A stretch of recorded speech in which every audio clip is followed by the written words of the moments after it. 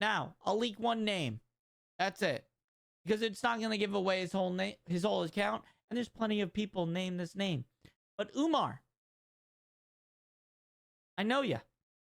A kit content creator by the name of Rara has been trying to reveal the identity of hacker hunter Call of Shame. This got me very excited since I looked into this myself a few months ago.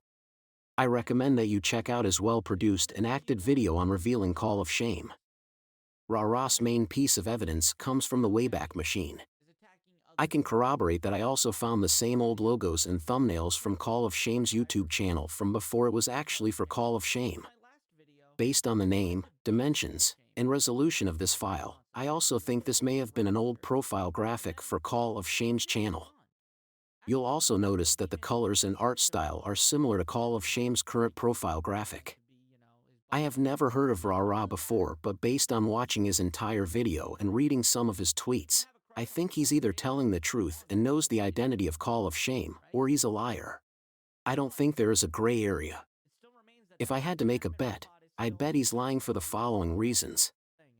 First, if I figured out Call of Shame's identity, I would 100% reveal it. I'm not even biased against Call of Shame. However, Rara dislikes Call of Shame, but he states he isn't going to reveal Call of Shame's identity, which immediately made me skeptical of his claims. This is because in a prior video made just a few days ago, Rara did state who he thought was Call of Shame. Normally, this type of inconsistency would destroy a person's credibility. Let's pause for a moment to listen to Rara's prior claims on Call of Shame. Flash Noxy Season. Now, if you don't know who Noxy Season is, let me just copy and paste that link right there and go back to Twitter, and we're just going to type in Noxy Season. Oh, it's the guy from April 23rd who got caught cheating. Yeah, at least we got... You know, this guy with the walls right there. The guy who looked like he couldn't figure out that the square block goes in the circle shape. That's... Second, while I found the same artwork in the Wayback Machine, I could not use that artwork to find more information on Call of Shame. I went through all of the files available in the Wayback Machine in detail. Rara also does not discuss how he linked the artwork to Call of Shame's identity. The reason for this could be that he doesn't want to be accused of doxing Call of Shame, or it could be that he actually ran into a dead end, like I did, and he just made up that he found Call of Shame's real identity. Hypothetically, let's say it's the former. I would expect Rara to set up a way to leak Call of Shame's identity, and then he would make a tweet or video on the leak. That's probably not going to happen though. I'd go as far as say that I think it's almost impossible to believe that Rara knows his identity and isn't revealing it to protect Call of Shame or his own reputation.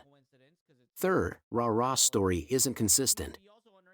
In this video, Rara says that Call of Shame is a bunch of Indian kids, but in this tweet he indicates that Call of Shame has a BFA degree in graphic design. So, unless Call of Shame is a prodigy, he's not an Indian kid with a BFA degree. This video here was posted on May 19th. This tweet was posted on May 18th. So, between May 18th and May 19th, Call of Shame morphed from someone with a BFA degree to a bunch of Indian kids with thick accents. From examining Rara's prior tweets, I think Rara might actually think Call of Shame and his fan base are white, racist, and sexually normal. Therefore, Rara might want to characterize Call of Shame as an Indian with a thick accent to erode his fan base. Also, given that Rara thinks Call of Shame has a very common name, how does one go from knowing a person's name to knowing they have a BFA degree? Just a few days ago, Rara made a video indicating that he thought Call of Shame was a white male hacker, not an Indian prodigy with a BFA. Rara understandably dislikes Call of Shame, so he is biased. But, you should not trust someone who is publicly biased without objective evidence. You should keep that in mind when reading a newspaper as well. His claims are not credible in my opinion. Let's close with what appears to be essentially a confession that he made a fake news video on Call of Shame's identity. I don't know who you're subscribed to and who you spend money on.